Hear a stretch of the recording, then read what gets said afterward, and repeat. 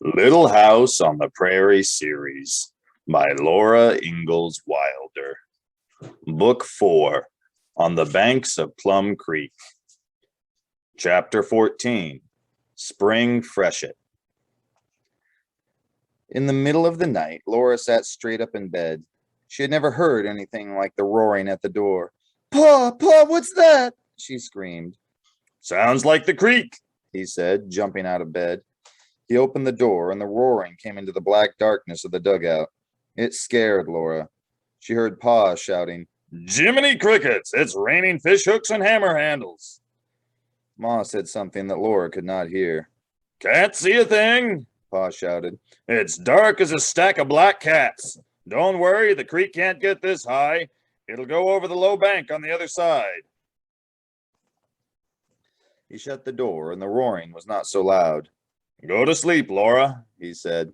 But Laura lay awake listening to that roaring, thundering by the door. Then she opened her eyes. The window was gray. Pa was gone. Ma was getting breakfast, but the creek was still roaring. In a flash, Laura was out of bed and opening the door. Whoosh! Icy, cold rain went all over her and took her breath away. She jumped out into the cold water pouring down her whole skin. Right at her feet, the creek was rushing and roaring. The path ended where she was. Angry water was leaping and rolling over the steps that used to go down to the footbridge. The willow clumps were drowned, and the treetops swirled in yellow foam. The noise crowded into Laura's ears. She could not hear the rain. She felt it beating on her sopping wet nightgown. She felt it striking her head as if she had no hair, but she heard only the creek's wild roaring. The fast, strong water was fearful and fascinating. It snarled foaming through the willow tops and swirled far out on the prairie. It came dashing high and white around the bend upstream. It was always changing and always the same, strong and terrible.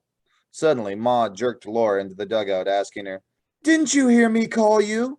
"No, Ma," Laura said. "Well, no," said Ma. "I suppose you didn't." Water was streaming down Laura and making a puddle around her bare feet. Ma pulled off her sticking wet nightgown and rubbed her hard all over with a towel.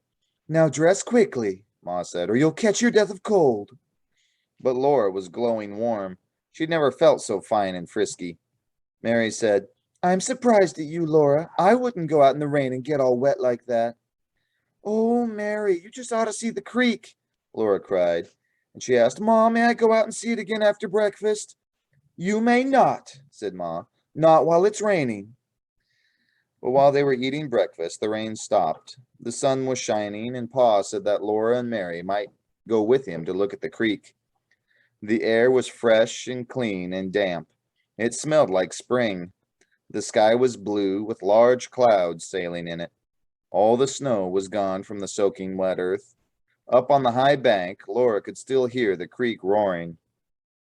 "This weather beats me," said Pa. "I never saw anything like it." "Is it still grasshopper weather?" Laura asked him, but Pa did not know. They went along the high bank, looking at the strange sights. The roaring, foaming creek changed everything. The plum thickets were only foamy brushwood in the water. The tableland was a round island.